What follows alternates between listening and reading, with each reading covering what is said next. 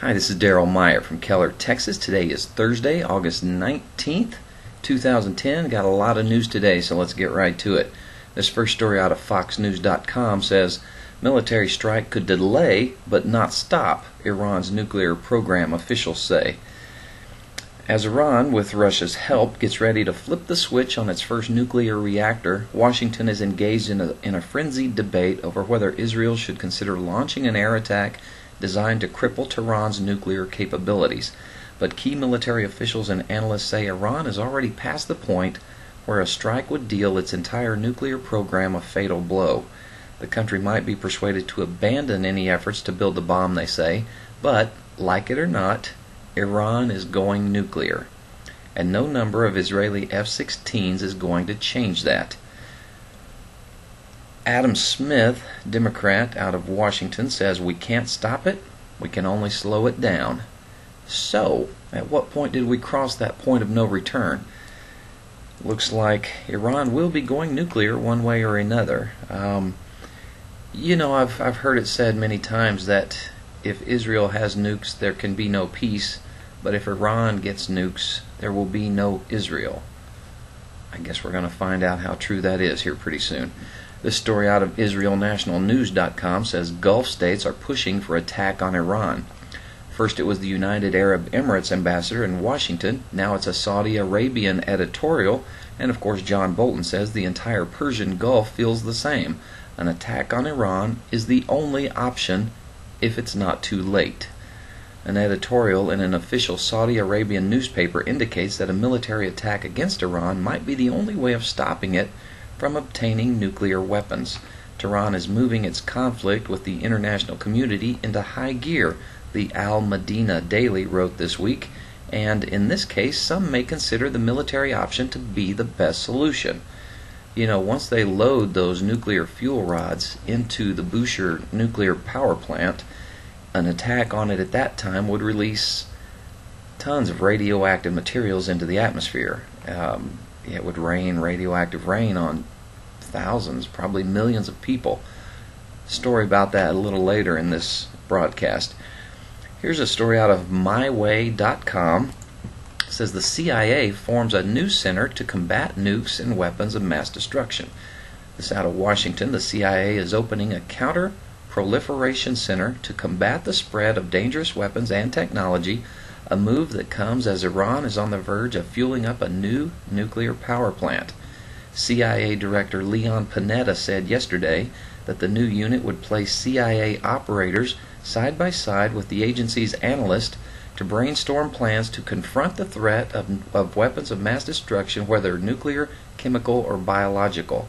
So they've come up with this new program to try to fight these all over the world. So, not sure what that entails, how they'll enforce it, or what they'll do when they find them. So, here's a story out of ynetnews.com that says Arab terrorists are preparing for war with Israel. Hezbollah reportedly builds tunnel system more impressive than Paris underground to counter IDF strikes. Yemenite Al-Qaeda leader tells followers to prepare for Israel-Iran war, urges pilots to replicate 9/11 attacks in Israel. Hezbollah built an elaborate network of tunnels that will allow its members to fight a future war against Israel without being exposed to Air Force bombardments and IDF surveillance, a Kuwaiti newspaper says. According to a report published by the Al Ray newspaper, the tunnel network is more impressive than the Paris undergrounds and is meant to prevent the IDF from gravely hurting Hezbollah by aerial or ground attacks. Everyone's preparing for war over there. And you know what? Please, don't call me a warmonger because I'm reporting about it. This war is going to happen whether I talk about it or not. I'm not a proponent of war. I'm a man of peace. I've been praying for peace for the last 20 years. And, I hate to say it, but peace will not be in the Middle East until Jesus Christ returns. There will be a 3.5-year period of false peace, but we know what's going to happen with that. Here's a story out of the Jerusalem Post that says, survey, the whole world is against us, says Israel. 56% of Jewish Israelis believe that the whole world is against us, according to a recent Peace Index survey published on Thursday, today. So Israel thinks the whole world is against them. Does that sound familiar? I mean, like Zechariah 14:2, I'll bring all nations to fight against Jerusalem.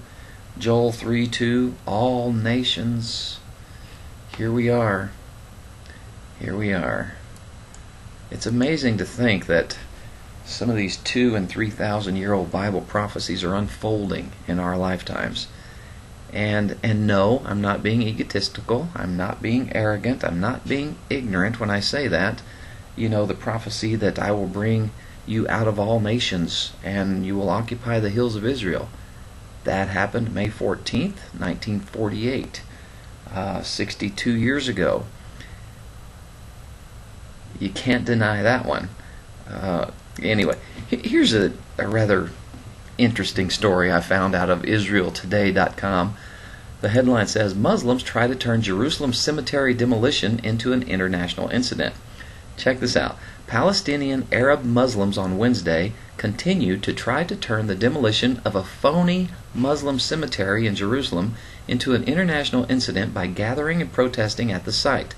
Dozens of local Muslims turned up at the Mamilla Cemetery adjacent to downtown Jerusalem's Independence Park to demonstrate against last week's clearing of 300 tombstones by the municipality. The Muslims accused Israel of desecrating the centuries-old cemetery where some of the Prophet Muhammad's companions are believed to be buried. The demonstration was part of a clear attempt to rile up international condemnation of Israel, in addition to making a land grab in the center of Jerusalem, said municipality officials. Last week, the municipality released photos and other details conclusively proving that the 300 graves in question had only recently been erected and there were no bodies buried under them. Officials said the Islamic Trust, the Waqf, that administers both the Mamilla Cemetery and the Temple Mount, had requested a special permit to bring large trucks and bulldozers to the cemetery for maintenance work. But a reporter for a Rutz 7 radio discovered that instead of cleaning up the cemetery, the Muslims were erecting phony tombstones on adjacent plots of land that is part of Independence Park.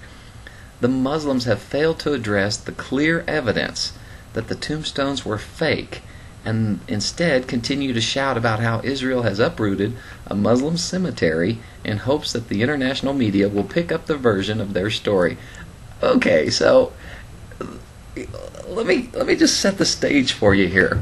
The Muslims go into this land that's part of Israel, and they erect these phony statues, these tombstones, and they say, oh, that is an ancient burial ground. That's part of Muhammad's followers that were buried there. This place is like 1,400 years old.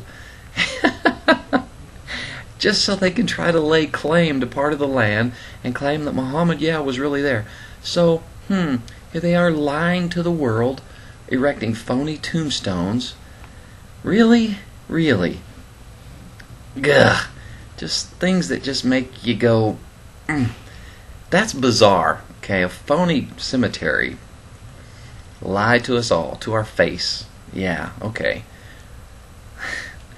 Alright, I'm sure you've heard by now. This is out of MSN.com. Of course, it's on CNN. It's all over the place. The Iraq-Kuwaiti border, the last U.S. combat troops crossed the border into Kuwait on Thursday morning today, bringing to a close the active combat phase of a 7.5-year war that overthrew the dictator regime of Saddam Hussein. So, you know what, though? There's still 50,000 plus troops in Iraq. The job's not over. There's been more than 4,400 American service members that were killed and tens of thousands of Iraqis that are dead.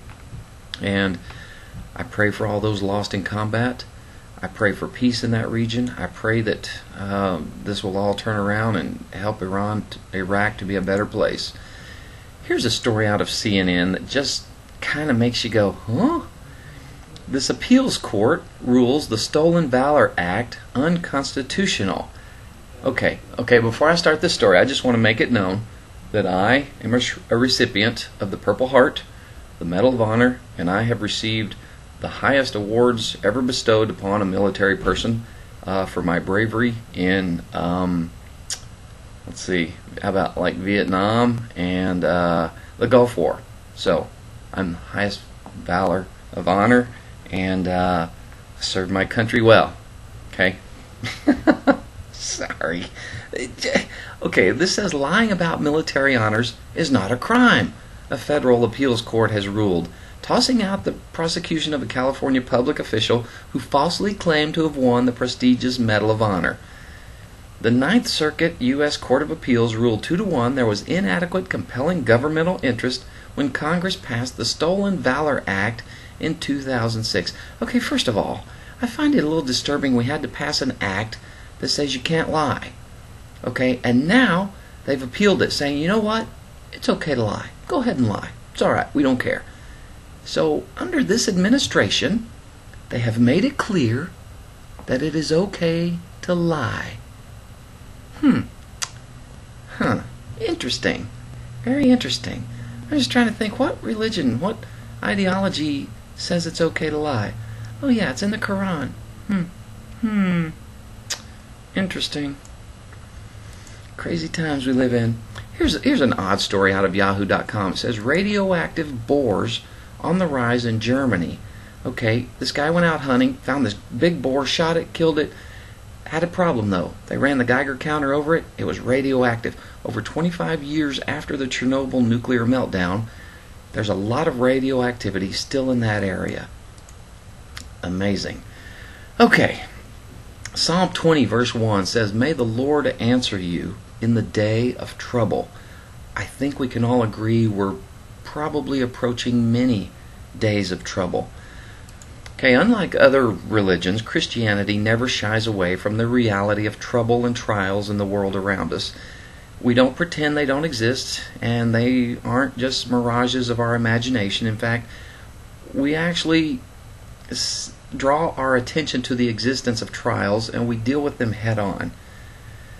We see an excellent example of this in the opening words of Psalm chapter 20, where David writes, "May the Lord answer you in the day of trouble."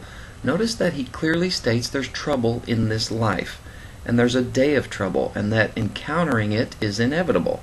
As much as we don't want to hear it, the fact is that trouble is coming, no matter how we position or posture ourselves to avoid it. It's important to recognize this because trouble, when seen in all of its inevitability, becomes a catalyst for our prayer life.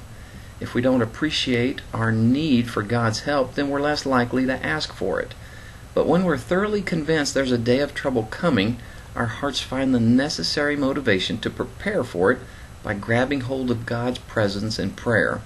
And when we turn to prayer in preparation for our troubles, there's no surer way to fortify and safeguard ourselves than through His mighty provision. Trouble is there, trouble is real, but equally so is prayer and the promise that the Lord will answer us. Let me go to Psalm 27, verse 5. Oh, wait, is that right? No, let's start with Psalm 9, verse 9. "The Lord is a refuge for the oppressed, a stronghold in times of trouble." Now, Psalm 27, verse 5. "For in the day of trouble He will keep me safe in His dwelling. He will hide me in the shelter of His tabernacle and set me high upon a rock." How about Psalm 46, verse 1? "God is our refuge and strength, an ever-present help in times of trouble." If you read verse 2, it says, "Therefore we will not fear." Guys, if you haven't ever read Psalm, I highly recommend it. Read it from front to back. How about Psalm 107, verse 13? "Then they cried to the Lord in their trouble, and He saved them from their distress." Psalm 138, verse 7. "Though I walk in the midst of trouble, you preserve my life. You stretch out your hand against the anger of my foes. With your right hand you save me." How about Nahum 1, verse 7? "The Lord is good, a refuge in times of trouble. He cares for those who trust in Him." Let's see if there's any words Jesus said. Yeah, how about John 16, verse 33? "I have told you these things, so that in me you may have peace. In this world you will have trouble. But take heart, I have overcome the world. And since He is in me, I have overcome the world also." God bless you. Good Lord willing, I hope to see you again tomorrow.